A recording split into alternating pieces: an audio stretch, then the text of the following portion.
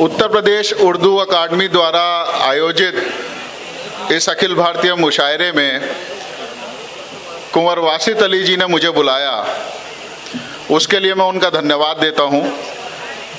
साथ ही मंच पे उपस्थित केसी त्यागी जी, माननीय मंत्री जी, ओलख जी और जितने भी गणमान्य व्यक्ति मंच पे बैठे हैं, उनका भी अभिनंदन करता हूं,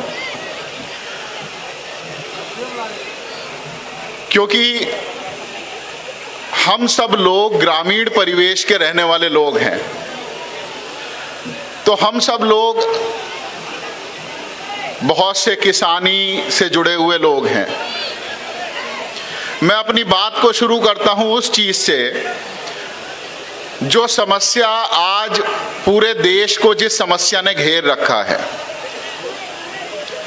आप कभी भी पिछले दिनों में आपने कोई भी न्यूज़ चैनल उठा के देखा होगा तो देखा होगा कि देश के अलग अलग कोनों में प्रदूषण के स्तर कितने भयानक गति से आगे बढ़ रहे हैं। यहां तक कि ऐसी भी स्थितियां आई कि कुछ जगह बच्चों के स्कूल की छुट्टी भी करानी पड़ी। ऐसा क्यों है? हमारे देश में हर साल जो ये वायु प्रदूषण होता है, उस वायु प्रदूषण के कारण हर साल 15 लाख लोगों की मौत होती है।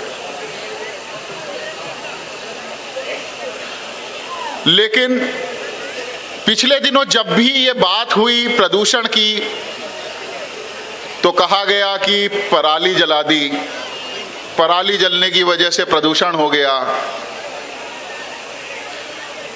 तो देखा गया कि पराली जलने की वजह से जो प्रदूषण हुआ है उसका हिस्सा कितने प्रतिशत है, तो पता लगा 20% हिस्सा उस प्रदूषण का वो पराली जलने की वजह से है। पराली कोई पहली बार अभी कुछ सालों से नहीं जलाई जा रही, ये तो हमारा देश का किसान हमेशा से जलाता आया है। उस 20% की तरफ सब देखते हैं, लेकिन पूरे साल जो 80% प्रदूषण और चीजों से होता है, उसकी तरफ कोई ध्यान नहीं देता। हम ध्यान कब देते हैं? जब वो चीज हमें नुकसान देनी शुरू कर देती है। जब जीवन पे बात आती है, जिंदा रहने पे बात आती है, तो जिंदा रहने के लिए आदमी को 3 चीजें चाहिए होती हैं। एक आदमी को जिंदा रहने के लिए खाना चाहिए होता है। खाने की स्थिति हमारे देश में ऐसी हो गई है कि आप किसी भी चीज का नाम ले, सुबह से शाम तक आप जो भी खाते हैं, किसी में इंजेक्शन लगा हुआ है, किसी में रासायनिक खाद पड़ी हुई है। कोई भी चीज आप शुद्ध नहीं खाते। क्यों नहीं खाते? क्योंकि हमारे देश में मांगे बहुत ज्यादा हैं, खाने वाले लोग ज्यादा हैं, उनका पेट भरना है। तो पेट भरने के लिए क्या करा जाए? ज्यादा अन्न उपजाओ। ज्यादा अन्न उपजाने के लिए क्या करें? जमीन तो उतनी ही है खेती की, तो उसमें रासायनिक खाद डालो। आप लोगों को जानकारी होगी या नहीं होगी, पुराने जितने बुजुर्ग लोग यहाँ पे बैठे हैं उन्हें जानकारी होगी ही कि एक समय ऐसा था कि हमारे देश में कोई भी अपने खेतों में सब गोबर की खाद डलती थी, कोई भी अपने खेतों में रासायनिक खाद नहीं डालता था। हर चीज प्योर थी। लेकिन जैसे जैसे हमारे देश की आबादी बढ़ी, तो खाने वाले लोग भी बढ़े, तो उनके लिए खाना देना वो सरकार की जिम्मेदारी थी। तो कैसे हम बढ़ाएं इस चीज को, अन्न का उत्पादन कैसे बढ़ाएं, उसके लिए रासायनिक खादों का उपयोग हुआ। तो जिंदा रहने के लिए एक चीज जो हमें चाहिए खाने के लिए, भोजन, वो हम शुद्ध नहीं खाते। इसीलिए हमारे देश में, दुनिया में सबसे ज्यादा कैंसर के पेशेंट हमारे देश में हैं। हर गांव में आज आपको एक कैंसर का पेशेंट मिल जाएगा। दूसरी चीज, जिंदा रहने के लिए जरूरी है पीने के लिए पानी।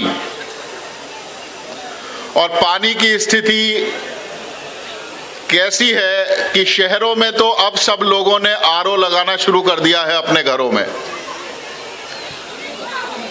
पहले कुएं होते थे, नदियां होती थी, सब उन्हीं नदियों से, कुएं से पानी पिया करते थे।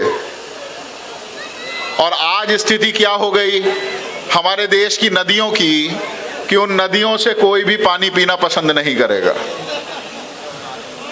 क्योंकि प्रदूषण इतना ज्यादा हो चुका है। पानी हमारे देश में पीने योग्य नहीं बचा। तीसरी चीज जिंदा रहने के लिए चाहिए, सांस लेने के लिए हवा। हवा का मैंने आपको बताया ही कि प्रदूषण की वजह से क्या स्थिति है, किस तरह की हवा में हम लोग सांस ले रहे हैं। पेड़ पौधे कटते जा रहे हैं, जंगल कटते जा रहे हैं, शहर बढ़ते चले जा रहे हैं। एक शहर से दूसरे शहर जब पहले जाया करते थे तो लगता था कि हम एक शहर से दूसरे शहर जा रहे हैं, बीच में खेत है, खलियान है, जंगल है। और आज एक शहर से दूसरा शहर जुड़ गया है, जिधर भी देखो सिर्फ कंक्रीट का जंगल मिलता है। तो हम अपनी अगली पीढ़ी के लिए क्या छोड़ के जा रहे हैं?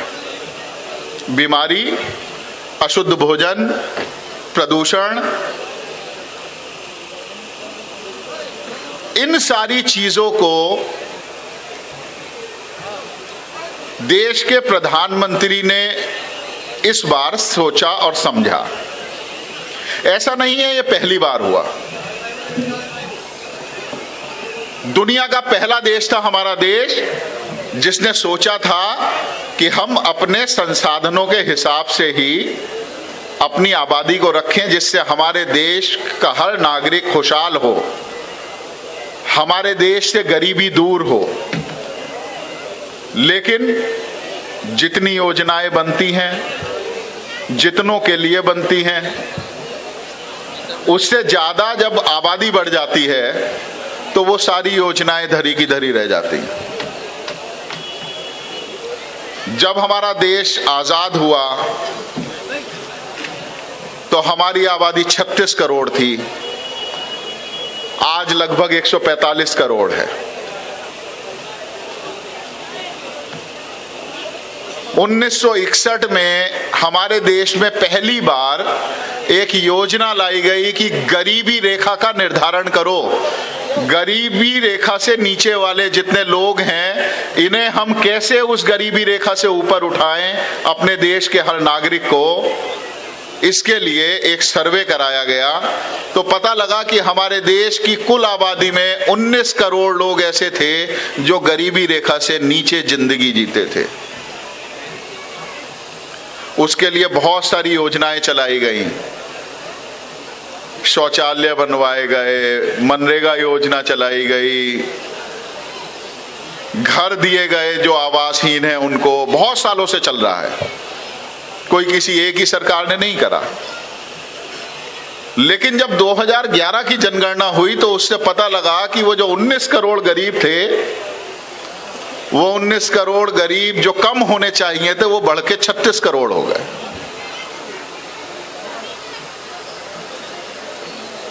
अब उन 36 करोड़ लोगों को गरीबी से ऊपर उठाने के लिए योजनाएं बन रही हैं।